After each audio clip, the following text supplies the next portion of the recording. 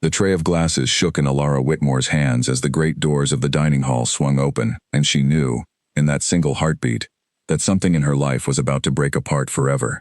She had scrubbed pots in the kitchen of Ashworth Hall since she was 12 years old.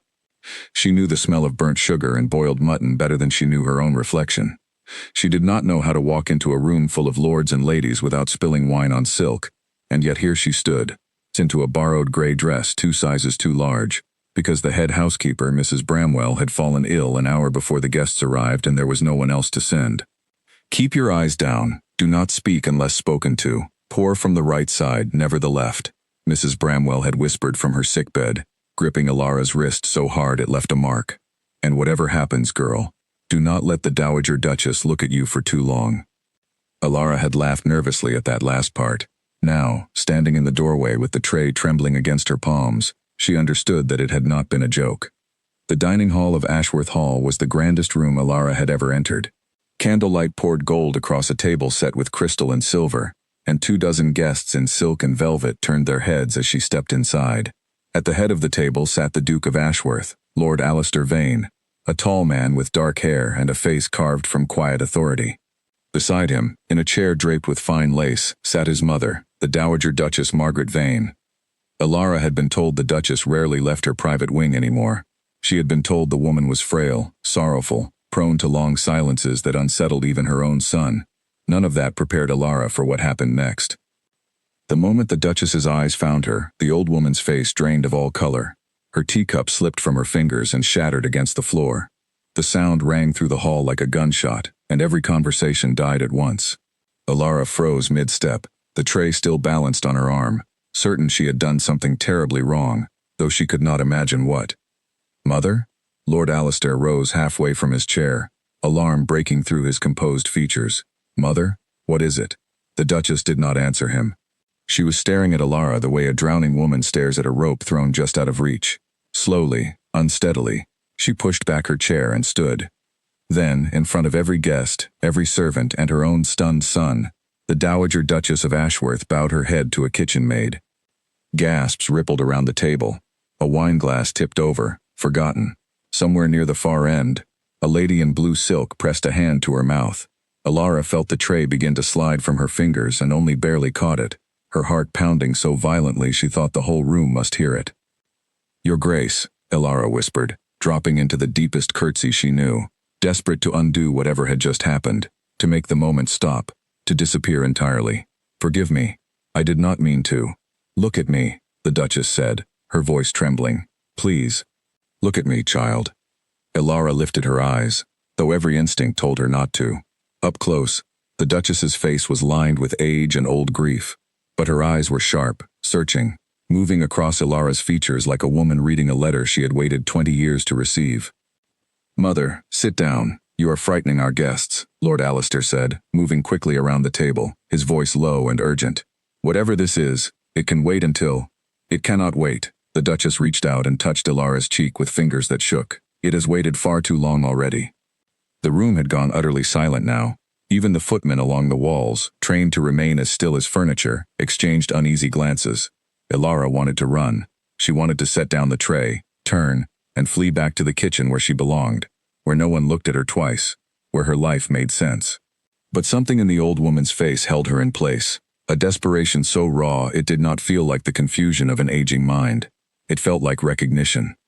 "I don't understand," Alara said softly. "Your Grace, I am only a maid. I was only asked to help serve tonight because Mrs. Bramwell has taken ill. I have never met you before in my life."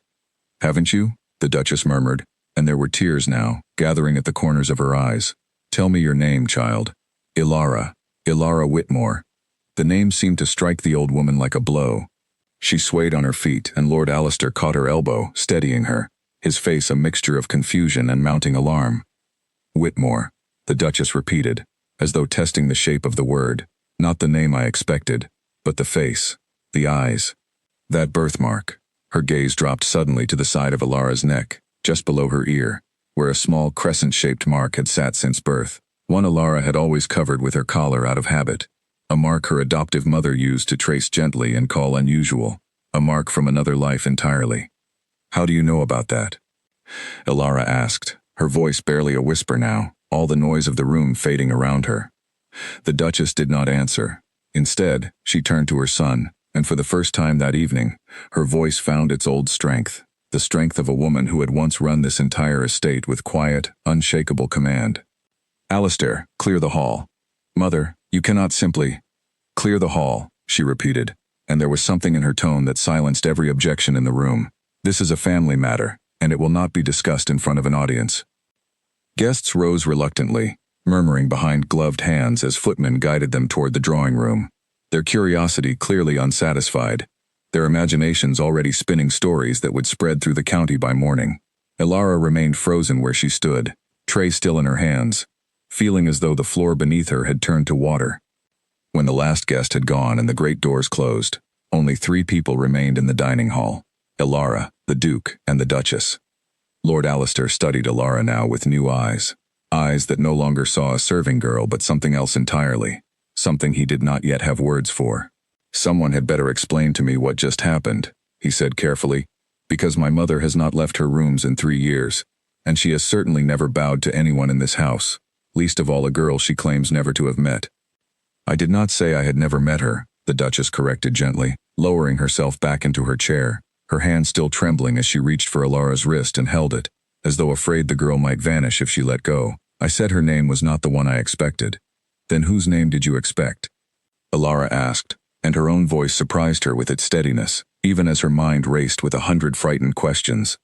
The Duchess looked up at her, and in that gaze Ilara saw something she had never once seen directed at her in 20 years of life. Not pity, not indifference, not the careless glance of the wealthy toward the poor, but love. Aching, desperate, long-buried love. "I expected the name of my granddaughter," the Duchess said. "A girl I believed had died in a fire 19 years ago, along with her mother. A girl I have mourned every single day since." The words fell into the silence of the hall like stones into deep water. Ilara felt her breath catch. "Your Grace, I think you are mistaken. I was raised by a woman named Margaret Whitmore in the village of Ellenbrook, a seamstress. She died 4 years ago. She was my mother. I have no connection to this house, to any dukedom, to any fire." "Margaret," the Duchess repeated softly, and something flickered across her face. Recognition, perhaps, or a memory long buried. That was not a common name to choose. "What are you saying?" Lord Alistair's voice had gone very quiet, the way a man's voice goes quiet when he senses the ground shifting beneath him and does not yet know how far he might fall. "Mother, are you telling me this girl might be—" "I am telling you," the Duchess said, her eyes never leaving Ilara's face, "that 19 years ago, my son and his wife died in a fire at Redmore Cottage, and their infant daughter was said to have perished with them. I never believed it. I searched for years, quietly, without hope, without success, until I had almost convinced myself I was a foolish old woman chasing ghosts." Her fingers tightened gently around Ilara's hand. "And now a girl walks into my dining hall wearing my daughter-in-law's crescent birthmark upon her neck, with my late son's own eyes looking back at me, and you ask me if I am telling you something impossible." Ilara's heart was pounding so hard she feared she might faint. "This cannot be true. It cannot be. I would know. Someone would have told me." "Would they?" the Duchess asked softly. "Or would someone have made very sure that you never knew at all?" Lord Alistair had gone pale, staring at Ilara now with an expression she could not read. Shock, certainly, but beneath it something else, something that made her chest tighten in a way she did not understand and was not prepared to face. "If this is true," he said slowly, "then everything changes. The title, the inheritance. Everything I have believed about my own family for 19 years. He looked at his mother. "Are you certain? Truly certain? Because if word of this leaves this room before we know for certain, it will tear this family apart." The Duchess did not look away from Ilara. "I have waited 19 years to be wrong about this, Alistair. I have prayed every night that I was wrong, so that the grief could finally end. But looking at this girl's face, I have never in my life been more certain of anything." Ilara stood trembling between the two of them, the tray forgotten on a nearby table, her entire world tilting sideways beneath her feet. Outside the tall windows of Ashworth Hall, the evening had turned to full darkness, and somewhere far off a carriage rattled away down the drive, carrying with it a guest who would whisper this story into a dozen eager ears before the sun rose again. Whatever Ilara Whitmore had believed about her life that morning, it was gone now, burned away as surely as the cottage in the Duchess's story 19 years before. And as she stood in that grand hall, caught between a duke who looked at her as though she were a stranger, and a duchess who looked at her as though she were a miracle, Ilara understood one terrible, thrilling truth. Her life was no longer her own to explain. It belonged, now, to a secret that had waited 19 years to be found. Ilara did not sleep that night. She had been given, for the first time in her life, a room of her own within the family wing of Ashworth Hall, a small chamber usually reserved for visiting companions, with a soft bed and a fire already lit in the hearth.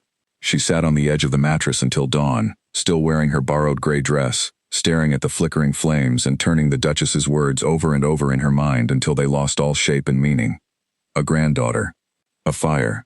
A death that had never truly happened. It felt like a story told to frighten children, not a truth that could belong to her. When the first gray light touched the window, a soft knock came at her door. It was not a servant, as she expected, but the Duchess herself, wrapped in a heavy shawl, leaning on a silver-topped cane, her face pale from a night that had clearly given her no rest either. "May I come in?" the Duchess asked, and there was something almost fearful in the request, as though she expected to be refused. Ilara stepped aside and let her enter. The old woman lowered herself into the chair by the fire with a small, pained sound, and for a long moment neither of them spoke. "I owe you an explanation," the Duchess said finally. "Last night I gave you barely any of the truth, only enough to frighten you badly, and for that I am sorry." "I would like the truth now, Your Grace," Ilara said, sitting across from her, hands folded tightly in her lap. "All of it, if you please." The Duchess nodded slowly. "My son, Edwin, was Alistair's elder brother. He was meant to inherit this title, not Alistair. Edwin fell in love with a woman named Helena, a physician's daughter from a modest family, far below what was considered a suitable match for a future duke. My late husband was furious. He threatened to disinherit Edwin entirely if he married her. Edwin married her anyway, in secret, and the two of them moved to a small cottage on the edge of our land called Redmore, away from the main house, away from his father's anger. And their daughter was born there," Ilara said quietly, already sensing the shape of the story before it was told. "Yes, a beautiful girl, born on a spring morning, with her mother's crescent birthmark upon her neck and her father's clear gray eyes. They named her Ivy." The Duchess's voice caught on the name, as though it had not been spoken aloud in many years. "I visited them in secret, against my husband's wishes, whenever I could manage it. I held that child more times than I can count. I loved her before she could even speak my name." "What happened to them?" "Fire," the Duchess said simply, though the word seemed to cost her a great deal to say. "One night, when Ivy was not yet 1 year old, Redmore Cottage burned to the ground. Edwin and Helena's bodies were found in the wreckage. The nursemaid who cared for little Ivy was nowhere to be found, and no trace of the child was ever discovered among the ashes. Everyone assumed the fire had consumed her entirely, that there was simply nothing left to find. But you never believed that." "No," the Duchess's hands tightened around the head of her cane. "A mother knows the sound of her own child's laughter even in memory, and I could not make myself believe that laughter had ended in ash and smoke without a single trace remaining. I searched for years quietly, sending letters, hiring men I trusted to ask careful questions in villages near and far. I found nothing. Eventually even I began to believe I was simply an old woman who could not accept her grief." "Until last night," Ilara said. "Until last night," the Duchess agreed, and finally looked directly into Ilara's eyes. "You must understand, child.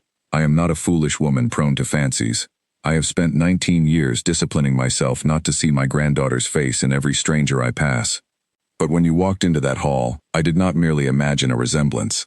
I saw Helena's eyes and Edwin's chin, and that same crescent mark upon your neck that I traced with my own finger when you were an infant in my arms. It was not fancy. It was recognition." Ilara sat in silence, trying to fit this story around the shape of the life she had always known. A small cottage in Ellenbrook, a seamstress mother who loved her fiercely but spoke rarely of the past, evenings spent mending hems by candlelight, no father she had ever known, no family beyond the two of them. "My mother never told me I was adopted," Ilara said slowly. "Not once, not even when she was dying, when there would have been every reason to finally speak the truth. Perhaps she could not," the Duchess said. "Perhaps she believed silence was the only thing keeping you safe." "Safe from what?" The Duchess did not answer immediately. She rose instead, and walked slowly to the window, looking out over the grounds of Ashworth Hall, where morning mist still clung to the hedgerows. "The fire at Redmore Cottage was never properly investigated," she said finally. "My husband wished the matter closed quickly. quietly, without scandal touching the family name. I always suspected there was more to that night than anyone was willing to say aloud. If Ivy survived, and if someone deliberately hid her away, rather than returning her to this family, then I must ask myself why. And the only answer I can find is that someone did not wish her to survive at all, and whoever saved her understood that danger better than I ever could. A chill moved through Alara's chest. You believe the fire was not an accident.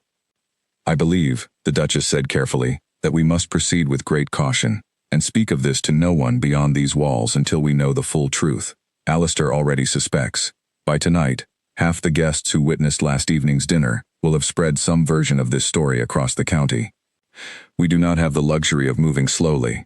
As if summoned by his mother's words, a firm knock sounded at the door, and Lord Alistair entered without waiting for an answer, his expression tight with the particular strain of a man who had not slept and had spent the entire night thinking of nothing else. Word is already spreading, he said without preamble. I received a note an hour ago from Lady Fenwick, asking with poorly disguised delight whether it was true that Mother had discovered a long-lost granddaughter working as a scullery maid. By this evening, it will be the talk of every drawing room from here to London. Then we must move faster than the gossip, the Duchess said calmly. Move toward what exactly? Alistair's gaze shifted to Alara, and there was something guarded in it now, something careful, as though he were still deciding what to believe. Forgive me for saying this plainly, but if word spreads that you are my brother's lost daughter, this becomes a matter of inheritance, of title, of considerable fortune.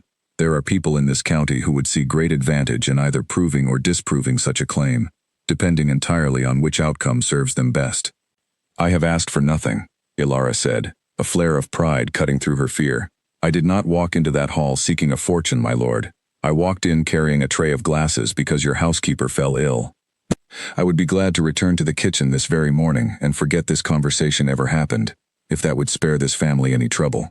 Something shifted in Alistair's expression at that, a softening he seemed almost annoyed with himself for allowing. That is not what I meant to suggest. Then what did you mean? I meant, he said, more gently now, that we must be careful, for your sake as much as this family's. If you are who my mother believes you to be, there will be people who see you not as a lost girl finally found, but as an obstacle, or a prize, or a threat, depending on their interests. I would not have you walk into that danger unprepared. The Duchess watched this exchange with quiet, careful eyes, saying nothing, though Alara thought she caught the faintest trace of something like satisfaction pass across the old woman's face. There is one way to know the truth beyond doubt, the Duchess said finally. The nursemaid who cared for Ivy in her final months, a woman named Nora Finch, left our service shortly after the fire and never returned. I lost track of her years ago, but I have never stopped believing that if anyone in this world knows what truly happened that night, it is her. I intend to find her. That could take weeks, Alistair said. Months, perhaps, if she can be found at all. Then we begin today, the Duchess said, rising from her chair with new purpose in her movements. The fragility of the previous evening, replaced by something harder, more determined. I have waited 19 years for this chance, Alistair. I will not lose another single day to hesitation. Alara looked between the two of them, the Duke and the Duchess, mother and son, bound together now by a secret that threatened to reshape everything they believed about their family, their fortune, and their future. She thought of her adoptive mother's quiet silences, her careful avoidance of certain questions, the way she used to trace the crescent mark on Alara's neck with a sadness Alara had never understood. Perhaps, Alara realized with a slow dawning dread, her mother's silence had not been an absence of love. Perhaps it had been the deepest kind of protection. And if that were true, then somewhere out there, the danger her mother had spent a lifetime shielding her from might not have vanished at all. It might simply have been waiting, patiently, for Alara to be found. News of the scene in the dining hall spread through Ashworth County faster than anyone at the estate had feared. By the second morning, carriages began arriving at the gates of Ashworth Hall bearing calling cards from families who had shown no interest in the Vane household in years. Curiosity dressed itself as concern, and concern dressed itself as friendship, and Alara quickly learned that the polished manners of the wealthy could conceal appetites every bit as sharp as anything she had known in the poorest corners of Ellenbrook.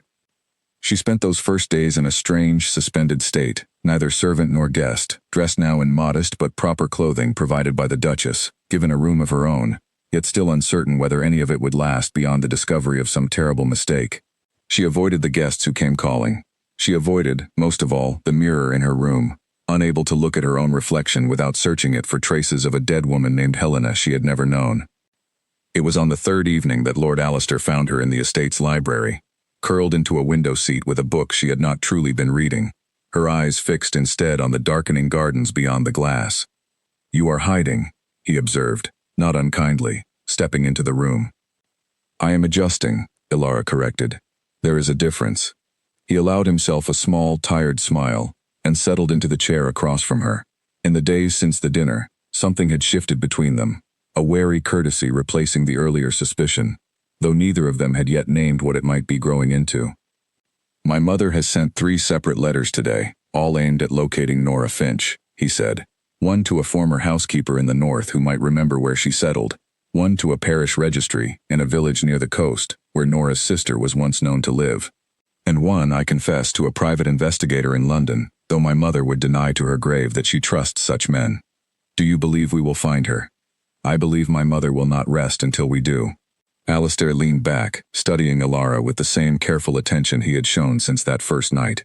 "May I ask you something, and forgive me if it seems indelicate?" "You may ask. What do you remember of your mother? Your true mother, I mean. The woman who raised you." Ilara considered the question for a long moment, memories rising unbidden. Candlelight and the smell of thread and fabric. Gentle hands guiding her own through the careful stitches of embroidery. Quiet evenings spent reading by the fire, while rain tapped against small cottage windows. "She was kind," Ilara said finally, "endlessly patient, though we had very little. She never remarried, never spoke of a husband or a family beyond the 2 of us. When I asked about my father, she always said he had died before I was born, and something in her voice told me never to ask again. I assumed she was protecting herself from painful memories. I never once imagined she might be protecting me from something else entirely." "Do you resent her? For the silence?" "No," Ilara said, surprised by how quickly and how certainly the answer came to her. "If what your mother believes is true, then my adoptive mother gave up her own comfort, perhaps even her own safety, to raise a child that was not hers, and to keep that child's true identity hidden from a danger she must have understood far better than I ever will. That is not the act of someone who wished me harm. That is the act of someone who loved me enough to disappear into an ordinary, quiet life so that I could survive." Alistair was quiet for a long moment, watching her with an expression she could not quite name. "You speak of her with great tenderness." "She was my mother in every way that mattered," Ilara said simply. "A title given by blood does not undo 20 years of love given freely." Something in Alistair's face softened further at that, and for a moment the careful distance between them seemed to dissolve entirely, replaced by something warmer, something neither of them was prepared to examine too closely. The moment was broken by a sharp knock and the entrance of a young man Ilara had not yet met, tall, fair-haired, dressed in the fashionable cut of London tailoring, with a smile that did not quite reach his pale blue eyes. "Cousin," the man said, striding into the library as though he owned it, his gaze sweeping over Ilara with open, unhurried curiosity. "I came the moment I heard the news. What extraordinary excitement you have all been having without me." Alistair's posture stiffened visibly. "Edmund, I did not expect you so soon." "Naturally you did not," Edmund said smoothly, dropping into a chair without invitation. "News of a lost heiress does travel remarkably fast, though. And here I thought Ashworth Hall had grown terribly dull these past years." His eyes settled on Ilara again, and this time his smile widened, though it carried no warmth Ilara could detect. "You must be the young lady in question. I confess, I expected someone rather more theatrical. You seem quite ordinary. Forgive me for disappointing you," Ilara said evenly, refusing to let the barb land visibly. "Not a disappointment at all," Edmund said. "Merely an observation. Alistair, might I have a private word?" Alistair glanced at Ilara, an apology in his eyes, before rising and following his cousin from the room.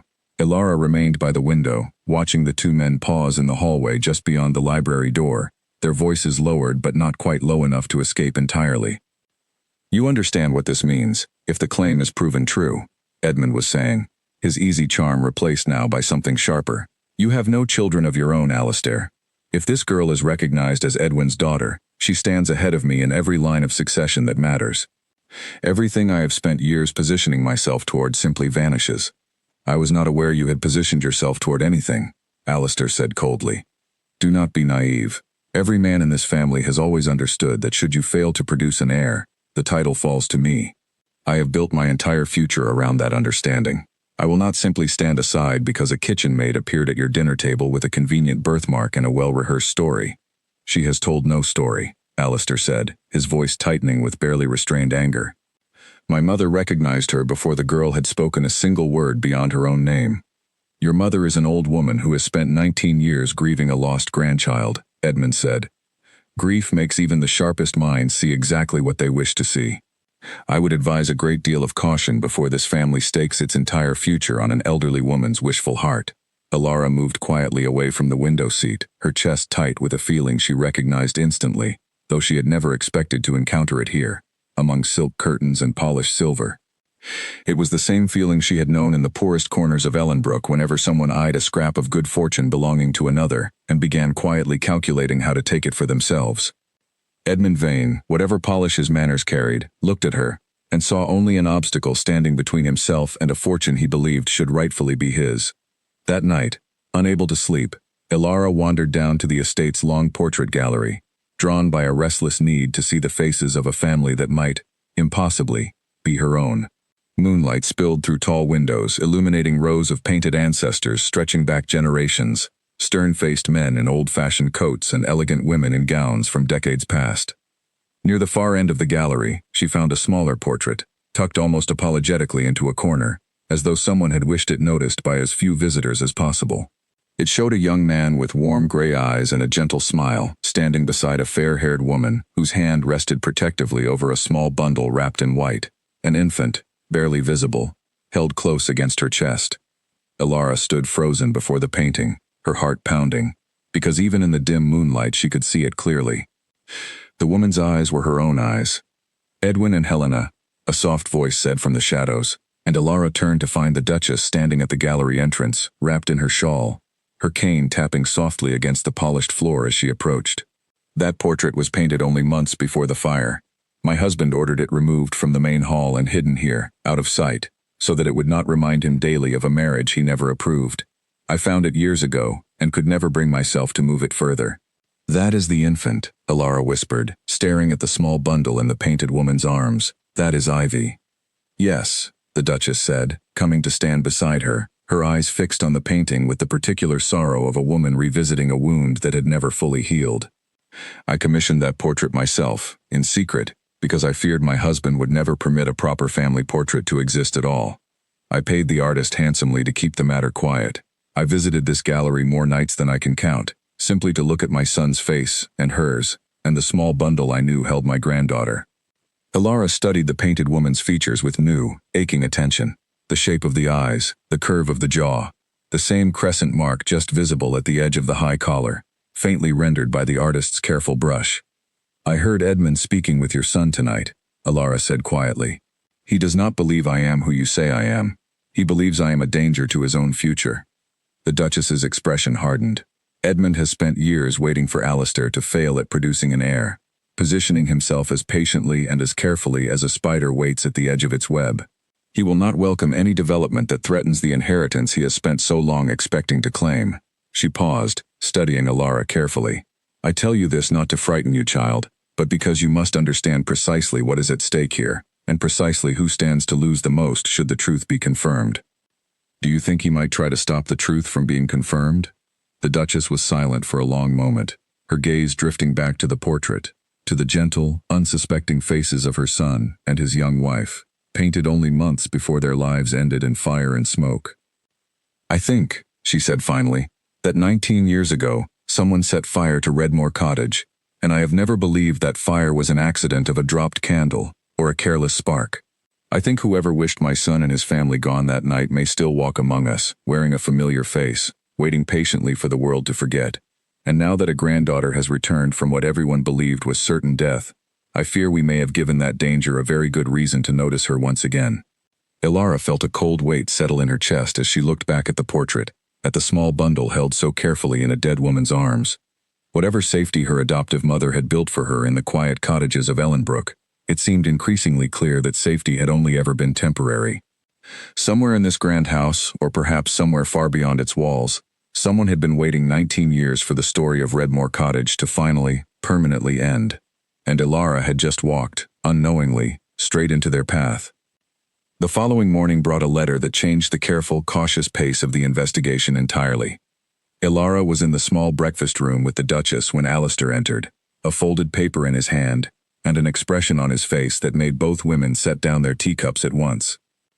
"It is from the investigator in London," he said. "He believes he has located a woman matching Nora Finch's description, living under a different name in a village called Marrow Fen, nearly 2 days' ride from here.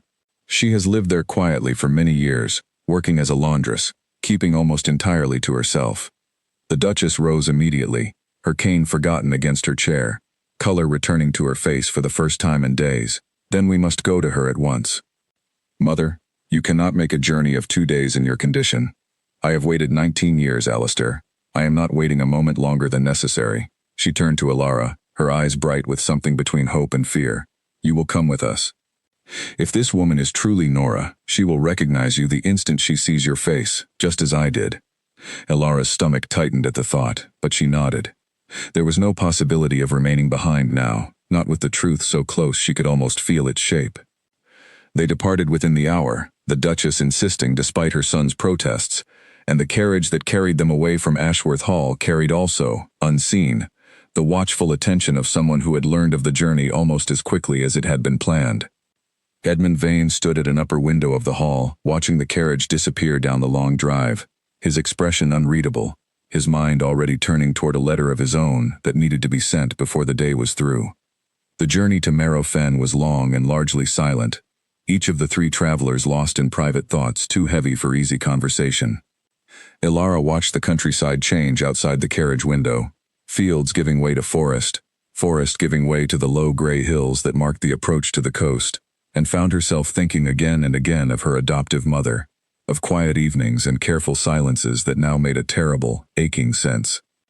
They arrived at Marrow Fen as the sun began its slow descent, a small fishing village clinging to a rocky shoreline, salt air thick in every breath. The investigators' directions led them to a modest cottage at the edge of the village, smoke curling gently from its chimney, laundry strung between 2 posts in the small yard. The Duchess's hand trembled as she knocked upon the door. It opened to reveal a woman perhaps 60 years of age, silver-haired, her face weathered by years of hard work and salt wind, her eyes widening in immediate, unmistakable recognition at the sight of the Duchess standing before her. "Your Grace," the woman breathed, and then her gaze shifted past the Duchess to Ilara, and every trace of color drained from her weathered face. Oh, dear heaven above." "Nora," the Duchess said softly, "I have searched for you for 19 years." The woman who had once been nursemaid to a lost infant named Ivy pressed a trembling hand to her mouth, tears already gathering in her eyes as she stared at Ilara with an expression of such overwhelming relief and grief combined that Ilara felt her own throat tighten in response. "I always wondered," Nora whispered. "Every single day, I wondered if I had done right, or if I had simply delayed a terrible ending by 19 years. Please, come inside, all of you. There is a great deal I need to tell you, and I fear very little time left to tell it properly." Inside the small, humble cottage, warmed by a modest fire, Nora Finch finally spoke the truth she had carried in silence for nearly 2 decades. "I was in the nursery the night of the fire," she began, her hands folded tightly in her lap, her voice unsteady but determined. "Little Ivy would not settle, and I had taken to walking her in the small room adjoining her parents' chamber, humming to soothe her.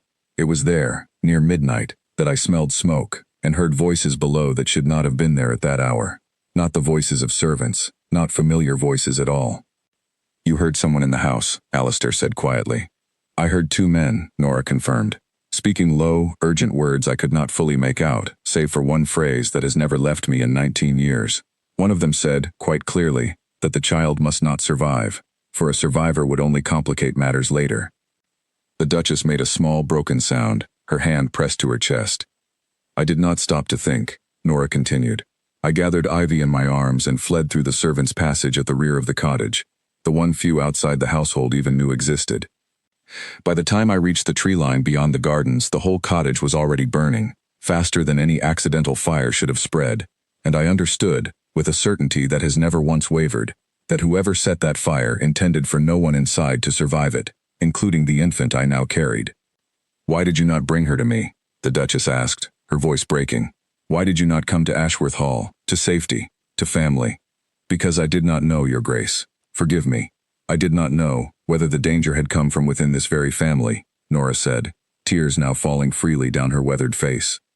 I did not know who among your household could be trusted, and I could not risk that child's life on a guess. I fled instead to my sister's village, and when it became clear I could not raise a child alone, without drawing dangerous attention, I made the hardest decision of my life.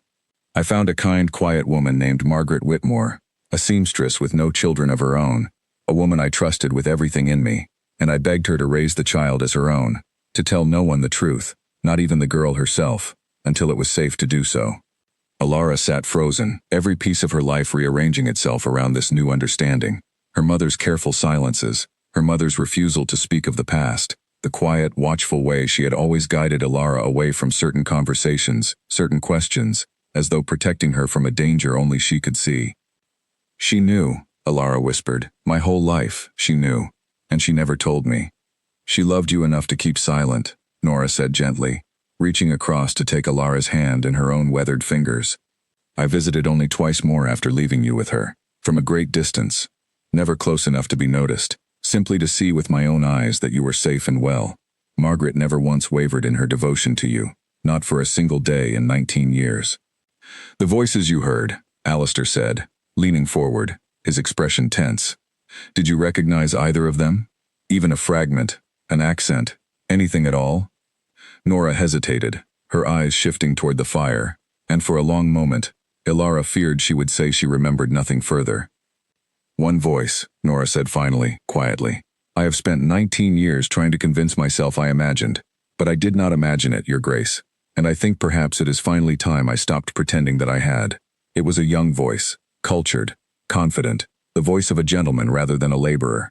And it belonged, I am nearly certain, to your late husband's nephew, a young man who was, at that time, barely more than a boy, and who I understand now carries a great deal more influence in your household than he did then. The Duchess went very still. Edmund's father. Yes, Your Grace, Nora said softly. I believe the voice I heard that night belonged to Edmund's father, Lord Cedric Vane. The carriage ride back to Ashworth Hall passed in a silence far heavier than the one that had carried them to Marrowfen. Alara sat with Nora's words echoing endlessly in her mind. Cedric Vane, Edmund's father, a man who had, according to the nursemaid's trembling testimony, spoken words in the darkness that condemned an infant to death 19 years ago, all so that the inheritance might one day pass more cleanly toward his own branch of the family. My husband's nephew, the Duchess said quietly, staring out the carriage window at the darkening countryside, was always ambitious, even as a young man. I remember thinking it unseemly, the way he watched Edwin, the way he counted the years until some misfortune might clear his own path forward. I never imagined he would create that misfortune himself. Cedric died 8 years ago, Alistair said grimly. A hunting accident, or so we were always told. If he was truly responsible for the fire at Redmore Cottage, we can no longer ask him to answer for it. No, the Duchess agreed. But his son remains very much alive, and Nora's account troubles me for reasons beyond simple history. If Cedric believed the inheritance should have passed to his branch of the family, that belief did not die with him. It was passed to his son, along with every ambition that came with it. Alara felt a chill move through her at the thought of Edmund's pale, watchful eyes, his easy smile that never quite reached them, his barely concealed calculation the moment he had learned of her existence. You believe Edmund already suspects the truth of that night, Alara said. I believe, the Duchess said carefully, that we must be very careful indeed about who learns what Nora has told us, and when. They arrived back at Ashworth Hall late in the evening, exhausted from the long journey, only to find the household in a state of quiet, anxious disorder.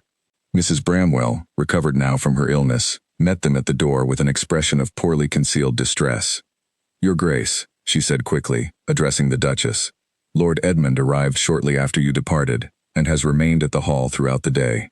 He has been asking a great many questions of the staff, about the family records, about the old estate maps, about matters concerning Redmore Cottage that I confess I did not know how to answer. Alistair's jaw tightened visibly. Where is he now? In the study, my lord, waiting for your return. They found Edmund seated comfortably behind Alistair's own desk, an old ledger open before him, his expression composed into perfect, unbothered calm as they entered. Cousin, Edmund said pleasantly, closing the ledger with unhurried care. I do hope your journey was productive. Marrow Fen, was it? Rather a long way to travel for a bit of laundry. Unless, of course, you were seeking something rather more valuable there. That is not your concern, Alistair said coldly. Is it not? Edmund rose from the desk, his smile never wavering, though something colder had entered his pale eyes. Forgive me, but I rather think the future of this family's title is very much my concern, given that I have spent the better part of my adult life understanding myself to be its rightful heir should you fail to produce one of your own. I would think a journey undertaken to verify the claims of a mysterious kitchen maid falls well within matters I am entitled to know about. Ilara is not a mysterious kitchen maid, the Duchess said sharply. She is my granddaughter, and I have spent this very day confirming that truth beyond any reasonable doubt. Edmund's composure flickered, just slightly, just long enough for Ilara to catch it. Confirming it how, precisely? Through the testimony of the nursemaid who saved her life the night Redmore Cottage burned, the Duchess said, her voice steady and hard. A woman who heard, quite clearly, two men in the darkness that night discussing the necessity of ensuring that infant did not survive the fire. One of those men, Edmund, she believes was your father. The silence that followed was absolute. Edmund's smile finally, fully disappeared. For a moment, his mask of easy charm slipped entirely, revealing something colder and far more dangerous beneath it, before he composed himself once more with visible effort. That is a serious accusation to level against a dead man who cannot defend himself, he said, his voice tight now, stripped of its earlier pleasantness. It is a serious accusation regardless of who is alive to answer for it, Alistair said, and I intend to see it properly investigated, Edmund, through every legitimate channel available to this family. Investigated, Edmund repeated softly. By whom? On the word of an aging laundress who claims to remember, with perfect clarity, a voice she heard 19 years ago in the darkness, at a moment of understandable panic and confusion. Forgive me if I do not consider that testimony beyond reproach. It is corroborated, the Duchess said, by every detail Nora Finch has provided about that night, details that align precisely with facts she could not possibly have known unless she had truly been present. Edmund's gaze swept toward Ilara, and for the first time since his arrival at the hall, the mask dropped away entirely, leaving only cold, undisguised calculation in its place. And of course, the mysterious appearance of a long-lost granddaughter conveniently arrives at the exact moment such accusations against my father surface. How remarkably fortunate for you all. I did not ask for any of this, Ilara said, her voice steady despite the anger building in her chest. I did not seek out this family. I did not invent a birthmark or a resemblance to a portrait I had never seen. I was carrying a tray of glasses when your aunt recognized me, Edmund, and nothing about that moment was planned by anyone in this room. Perhaps not by you, Edmund said quietly, and something in his tone made the room grow colder still. But convenient timing has a way of finding those who need it most, regardless of who arranges it. He left shortly after, his composure fully restored by the time he reached the door, though the threat beneath his words lingered in the study long after he had gone. That night, unable to settle her racing thoughts, Ilara walked the grounds of Ashworth Hall alone, moving through the moonlit gardens toward the edge of the estate where the old boundary wall separated the cultivated grounds from the wild woodland beyond. She had nearly reached the small stone bridge crossing the estate's narrow stream when she became aware of footsteps behind her, deliberate and unhurried, and turned to find Edmund standing only a few paces away, his expression unreadable in the pale moonlight. You should not walk alone at night, he said quietly. The grounds are not always as safe as they appear. Is that a warning, my lord, or a threat? Merely an observation. He moved closer, and Ilara forced herself to hold her ground, refusing to let him see the fear tightening in her chest. You have caused a great deal of disruption in a very short time, Ilara Whitmore. 19 years of careful, settled understanding, unraveled in the space of a single dinner party. I wonder if you fully understand what you have set in motion. I have set nothing in motion beyond existing, Ilara said. If the truth of that night is difficult for your family to accept, Edmund, that difficulty was created 19 years ago, not by me. Perhaps. His voice had gone very soft now, almost gentle, which frightened Ilara more than open hostility would have. But truths have a way of becoming very inconvenient for those who uncover them, particularly when those truths threaten a great deal of money and power. I would advise you, sincerely, to consider how much you truly wish to pursue this matter to its end. Some truths, once fully uncovered, cannot be safely lived with. Are you threatening me? Edmund studied her for a long moment, the moonlight casting sharp shadows across his handsome, calculating face. I am advising caution, he said finally. Whether you choose to hear it as anything more sinister than that is entirely your own decision." He turned and walked back toward the hall without another word, leaving Alara standing alone by the stone bridge, her heart pounding, the cold night air suddenly feeling far less peaceful than it had only moments before. She did not sleep well that night, and the following morning brought news that confirmed every fear Edmund's words had planted. Alistair found her at breakfast, his face grim, a torn scrap of paper in his hand. "This was left beneath my study door sometime in the night," he said, passing it to her. "No signature, no indication of who left it." Alara unfolded the paper with trembling fingers. The message was brief, written in a hurried, disguised hand, but its meaning was unmistakable. Some graves are best left undisturbed. The girl should return to the life she came from, before that life is the only thing left to return to. "This is not merely caution," Alara said, her voice tight with fear she could no longer fully suppress. "This is a threat." "Yes," Alistair said grimly, taking the paper back from her hands, "and I intend to discover exactly who wrote it, before this family loses anyone else to the shadows of that fire." Outside the breakfast room window, the morning mist still clung heavily to the gardens of Ashworth Hall, and somewhere beyond those gardens, someone who had waited 19 years to keep a terrible secret buried was watching, with growing desperation, as the truth crept ever closer to the surface. The threatening note changed everything about how Ashworth Hall prepared for what came next. Alistair doubled the household guard within the day, quietly instructing trusted footmen to watch the grounds through the night, while the Duchess sent an urgent letter to the family solicitor in London, requesting he arrive at the earliest possible moment to formally begin the process of establishing Alara's true identity through legal channels. Alara herself found she could not shake the memory of Edmund's soft, almost gentle voice by the stone bridge, the way genuine threat had hidden itself so comfortably beneath perfect manners. 3 days later, the solicitor arrived, along with something none of them had expected, a second letter from Nora Finch, sent urgently from Marrow Fen, requesting that the family meet with her again as soon as possible, for she had remembered something further, something she believed could no longer wait. They gathered in the drawing room to receive her when she arrived that evening, exhausted from her hurried journey, her weathered face drawn with anxiety. "Forgive my haste," Nora said, accepting a chair gratefully. "After you left Marrow Fen, I could not stop turning over the events of that night in my mind, and I remembered something I had not thought of in years, something I believe may matter a great deal now." "What is it?" the Duchess asked. "The second voice," Nora said, "the one I could never quite place at the time. I have spent every day since your visit trying to recall it clearly, and last evening, quite suddenly, I remembered where I had heard it before. It was younger than Cedric's voice, higher, and I believe now it belonged not to a grown man at all, but to a boy, perhaps no older than 15 or 16 at the time." The room went very still. "Edmund would have been that age, 19 years ago," Alistair said slowly, his face going pale. "I cannot say with absolute certainty," Nora said, "but I believe the second voice I heard that night belonged to Cedric's son. I believe the boy was present when his father spoke those terrible words, and I believe, God forgive me for not considering it sooner, that the boy may have played some part in what happened that night beyond simply overhearing it." The weight of this revelation settled over the room like a physical presence. Alara felt her stomach turn cold at the thought that Edmund, the smiling, sharp-eyed man who had stood beside her at the stone bridge only nights before, might have played some role, even as a boy, in the fire that had killed her true parents, and set her entire life onto its strange, hidden course. "We must go to the magistrate," Alistair said firmly. "This can no longer remain a private family matter, not with a written threat already made against Alara's safety."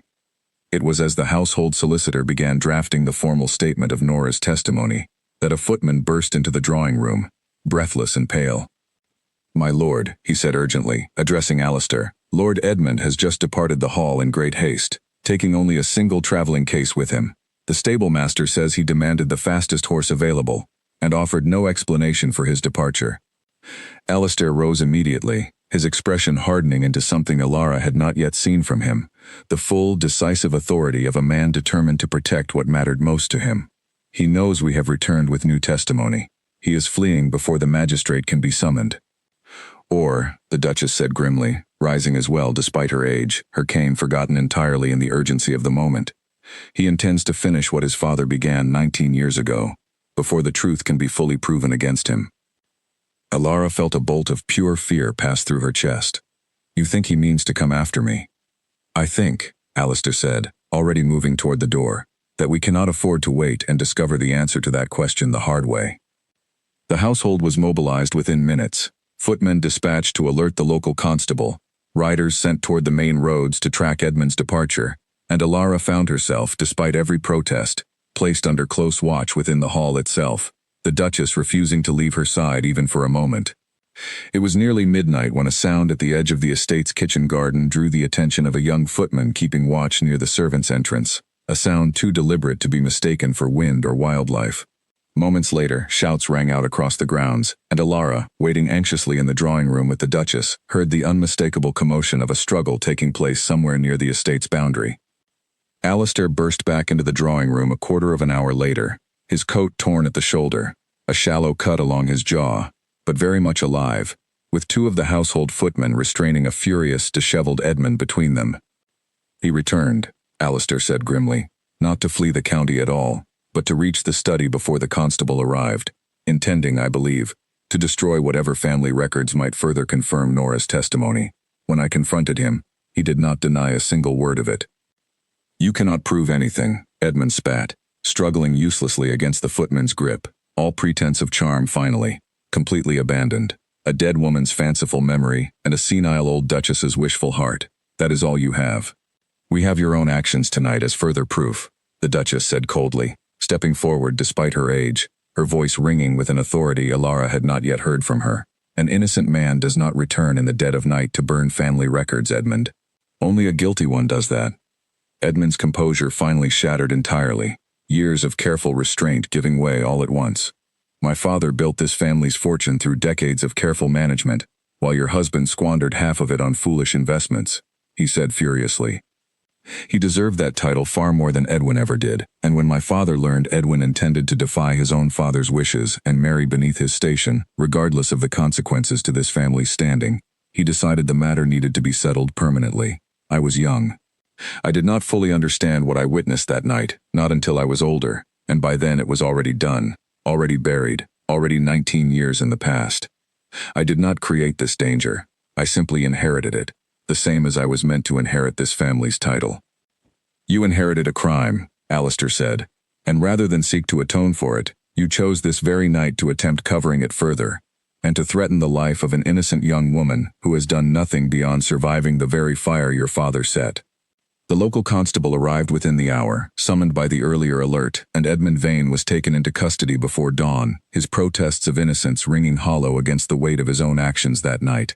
The formal investigation that followed, guided by the solicitor's careful documentation and Nora Finch's detailed testimony, would take weeks to fully conclude. But the truth of that night, 19 years ago, buried for so long beneath silence, grief, and careful family denial, was finally, irrevocably brought into the light. In the quiet days that followed Edmund's arrest, Ashworth Hall began, slowly, to breathe again. The Duchess held a small, private ceremony in the estate's chapel, formally welcoming Alara into the family not merely through whispered recognition across a dinner table, but through proper legal acknowledgement, witnessed by the solicitor and recorded for all the generations that would follow. Alara stood in the chapel's soft candlelight, wearing a gown that had once belonged to her true grandmother, and felt, for the first time in her entire life, that she fully understood who she was and where she belonged.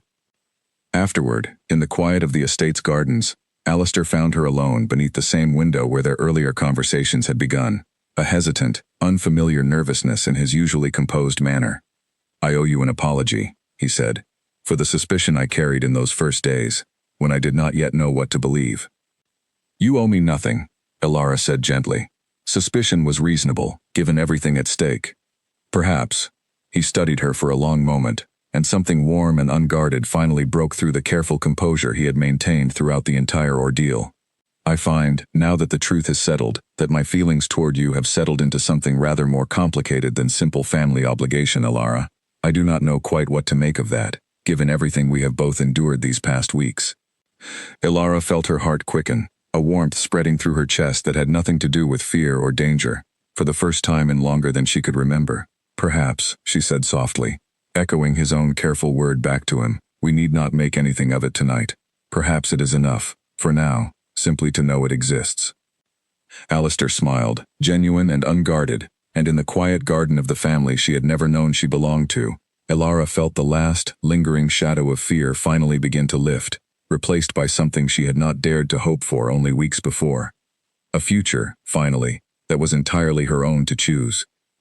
6 months passed before Ashworth Hall truly felt settled again, and even then, Elara often found herself pausing in quiet moments to marvel at how completely her life had changed since the night she had carried a trembling tray of glasses into a dinner she had never wished to attend. Edmund's trial concluded with a full conviction, the evidence gathered through Nora's testimony, the family records he had failed to destroy in time, and his own admissions on the night of his capture, proving more than sufficient for the magistrate's judgment. The scandal that followed rippled through the county for months, as scandals of that magnitude always did, but Ashworth Hall, under the Duchess's steady guidance and Alistair's newly confident leadership, weathered it with a dignity that gradually won back even the most hesitant of their neighbors. Elara spent those months learning a new life in careful, deliberate steps. She studied the running of the estate alongside the Duchess, who proved a patient and devoted teacher, delighting in every small lesson as though making up for 19 years of grandmotherly guidance she had been denied. She learned the names of every tenant family on the estate's land, insisting on visiting them personally rather than simply reviewing reports from the estate's stewards, and found in those visits an echo of the humble kindness her adoptive mother had shown her throughout her childhood in Ellenbrook. She did not forget where she had come from. She could not have, even if she wished to, for those years had shaped every gentle instinct she carried into her new life.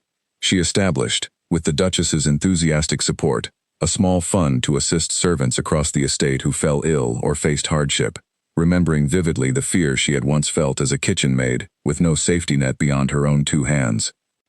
Mrs. Bramwell, who had first pressed the borrowed gray dress into Elara's arms on that fateful evening, wept openly when Elara personally thanked her for the small, unknowing role she had played in bringing the truth to light. Nora Finch, at the Duchess's insistent invitation, took up permanent residence in a comfortable cottage on the Ashworth estate, finally free from the fear and secrecy that had shaped so much of her life since the night of the fire. She and Elara grew close in those months, bound together by a shared history neither of them had chosen but both had survived, and Elara often sought her out simply to hear stories of the parents she had never had the chance to know. Alistair's careful, hesitant affection deepened steadily throughout those months, expressed not in grand gestures but in quiet, consistent devotion, long walks through the estate gardens, evenings spent reading together in comfortable silence, the particular warmth in his eyes whenever she entered a room that he no longer bothered attempting to hide. The Duchess watched this quiet courtship unfold with unconcealed delight, often teasing her son gently about his uncharacteristic patience, though Elara suspected the old woman understood, better than either of them, that some things could not be rushed after everything they had both endured. On a warm evening in early autumn, as golden light spilled across the gardens where their earlier, more anxious conversations had once taken place, Alistair took Elara's hand beneath the very same window where he had first admitted his feelings to her.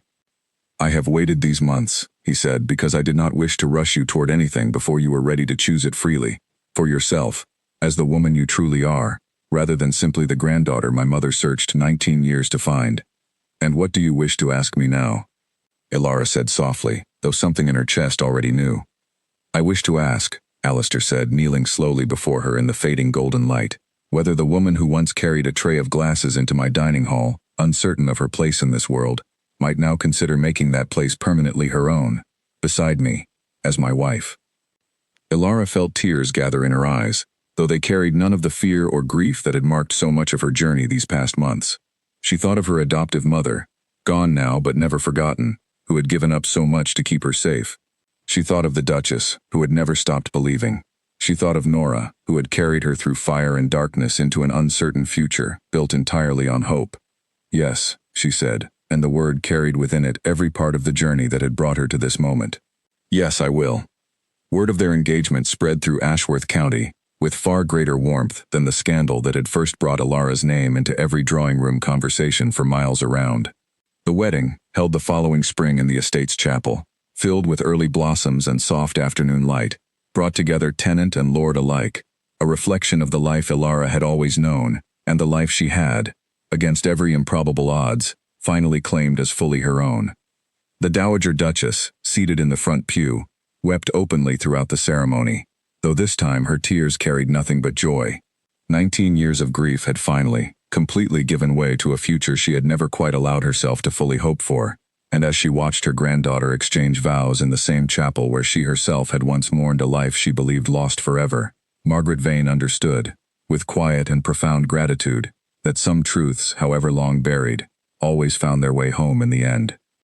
And Alara, standing beside the man she had come to love in a life she had never expected to claim, understood the same thing in her own quiet way. The girl who had once carried a trembling tray of glasses into a dinner she feared attending had found, at last, not merely a title or a fortune, but something far more valuable. She had found herself, fully and completely, and a family who would never again let her feel invisible.